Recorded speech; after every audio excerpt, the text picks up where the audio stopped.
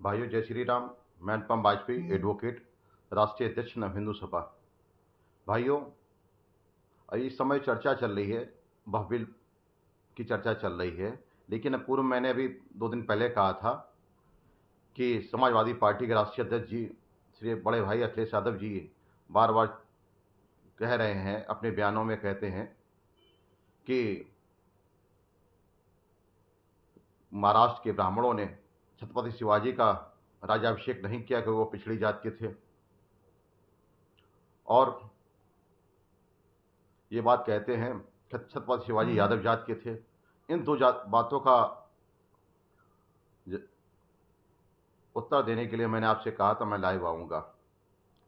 तो भाइयों, मैं बताना चाहता हूं कि छत्रपति शिवाजी का नाम शिवाजी शाहजी भोसले था।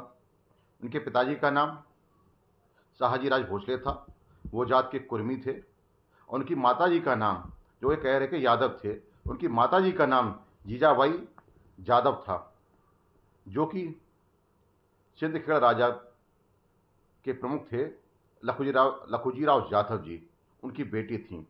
ये वही यादव राजवंश है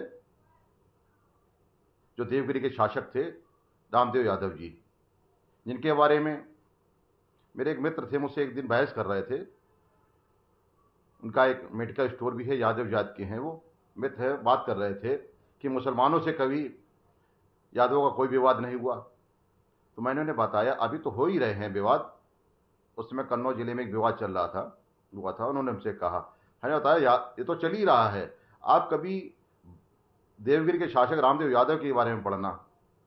वहां पर जो अलाउद्दीन खिलजी का शासनकाल है 1296 से 1306 ईस्वी तक, उसके बारे में पढ़ना। मेरा समाजवादी पार्टी के राष्ट्रीय अध्यक्ष जी से भी निवेदन है कि वो भी हिस्ट्री का अच्छा ज्ञान रखते हैं, थोड़ा वो भी पढ़ें। 1296 से 1306 ईस्वी तक देवगिरी के शासक रामदेव यादव जी के साथ क्या हुआ, उनके पुत्र शंकर देव के साथ क्या हुआ, उनकी बेटी के साथ क्या हुआ, ये पढ़ लें।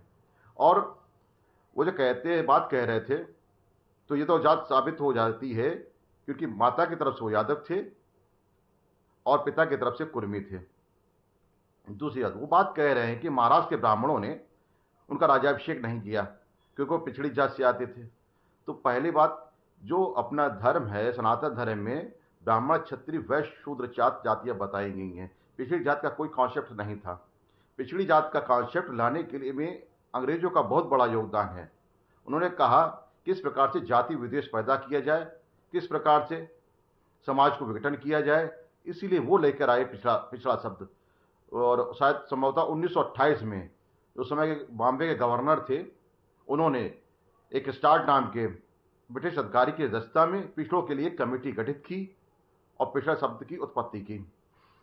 और मैं ये बता दूं, छत्रपति शिवाजी का जन्म 19 फरवरी, जो इतिहासकार बताते हैं, जो लिखा है, 19 फरवरी 1630 ईस्वी को हुआ था और उनकी मृत्यु 3 अप्रैल 1680 ईस्वी को हुई थी। और उनका राज्याभिषेक जो हुआ था वो 6 जून 1674 ईस्वी में हुआ था।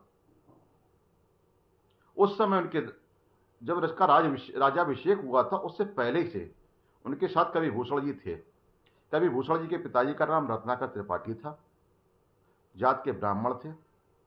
कवि भूषण जी ने ही छत्रपति शिवाजी महाराज के ऊपर उनकी शौर्य गाथा लिखी, शिववामनी नाम की पुस्तक लिखी, जिसमें उन्होंने शिवाजी को महान राजा बताया, महान योद्धा बताया। अगर शिवाजी चाहते तो उनसे राज्याभिषेक करा सकते थे, उसे राज्याभिषेक क्यों नहीं कराया।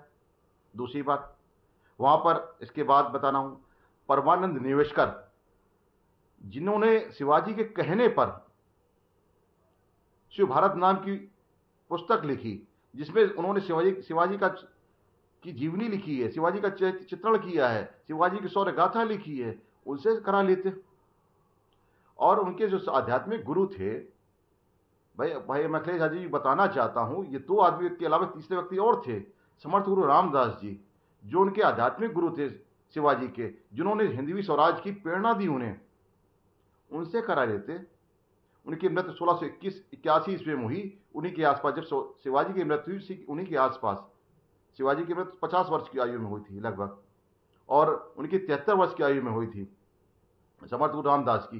तो उस समय वो थे, जीवित थे। 6 जून 1674 ईस्वी को समर्थ गुरु रामदास जीवित थे, उनसे राज्याभिषेक करा लेते, उनसे राज्याभिषेक क्यों नहीं कराया?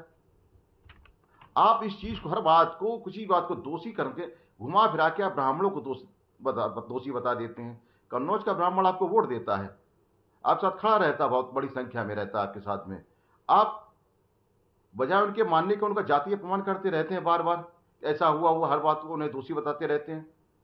और उन्होंने, आप ये कहते हैं कि महाराष्ट्र के ब्राह्मणों ने उनका राज्याभिषेक नहीं किया। मैंने आपको 3 आदमी बताए, जो 30 व्यक्ति बताए जिन्होंने के समर्थन किया, जिन्होंने उनका शौर्य गाथा गाई, जिन्होंने उनके साथ प्रेरणा दी, जो उनके साथ रहे, उनसे किसी से करा लेते, नहीं कराई। कारण क्या है? आप इसी का दूसरा पहलू नहीं देखते आप। छत्रपति शिवाजी ने, उस समय गंग भट्ट ब्राह्मण थे, बनारस वाराणसी के, एक पहुंचे हुए संत थे, पहुंचे महान ब्राह्मण थे। उन्होंने बुलाने का कारण क्या था? छत्रपति शिवाजी स्वयं को राजस्थान के सुसोदिया वंश से के प्रवाह से जोड़ना चाहते थे। ये चाहते थे, हम बताते थे, हम उस वंशज, उनके वंशज हैं, सुसोदिया वंश के वंशज हैं। उनसे जोड़ने के लिए गंग भट्ट जी को बुलाया।